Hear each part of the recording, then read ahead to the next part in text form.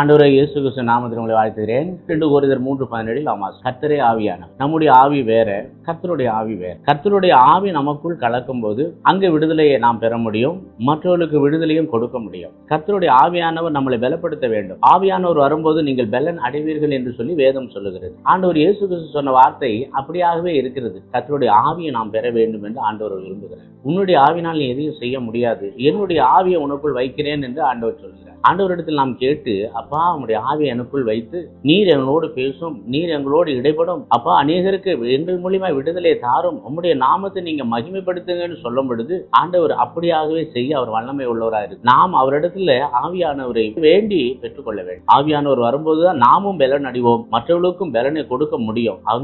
அங்கே விடுதலை கிடைக்கும். அதனாலதான் சொல்றார், ஆவியானவர் எங்கே உண்டோ அங்கே விடுதலையும் உண்டு என்று சொல்லப்படுது. நம்ம ஆண்டவரிடத்தில் கேட்டு நாம் பெற்றுக்கொள்வோம். கர்த்தர் நம்மளை ஆசீர்வதிக்கும், நம்மளை பலப்படுத்தும், உங்களை பாதுகாக்கவும் தேவன் போதுமானவராக இருக்கிறார் என்பதை நாம் மறந்து போகக்கூடாது. ஆண்டவரிடத்தில் கேட்போம். கர்த்தருடைய ஆவியானவர் நமக்குள் இறங்கி அற்புத அடையாளங்களை செய்து அவருடைய நாமத்தை அவர் மகிமைப்படுத்த போதுமானவராக. ஆண்டவர் இயேசு கிறிஸ்து நாமத்தில் உங்களை வாழ்த்துகிறேன். ஆமென்.